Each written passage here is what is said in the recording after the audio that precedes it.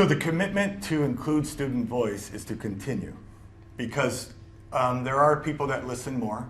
There are educators that listen less. That happens in our homes. This happens across classrooms and schools and in system. So one of the commitments to student voice is to continue to listen. The other commitment is to ensure that even when it's hard to hear, you take it in and not accept a defensive position, but to examine it for what value does it have.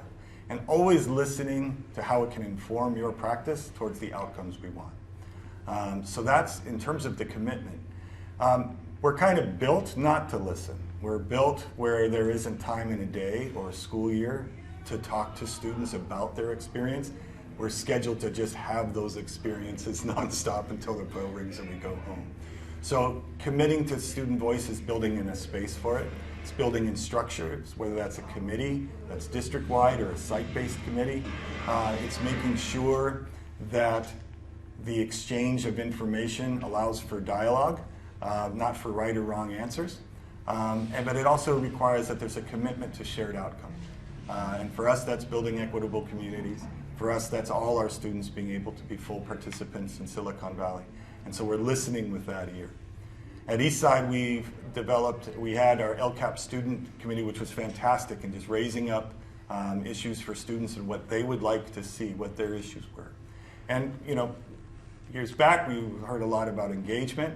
In the most recent years, we've heard more about wellness, student health, social emotional learning, and that's come through student voice. And so our commitment is to make sure that our structures respond. So student services heard about mental wellness, and we went out and hired more social workers, prepared wellness centers at our sites, and have engaged with materials online and hard copy that students can engage with. So the other commitment to student voice is making sure that someone's not only been listened to, but that those ideas are then incorporated and you can see actionable change because of it. Otherwise, it is just self-expression. It is just cathartic.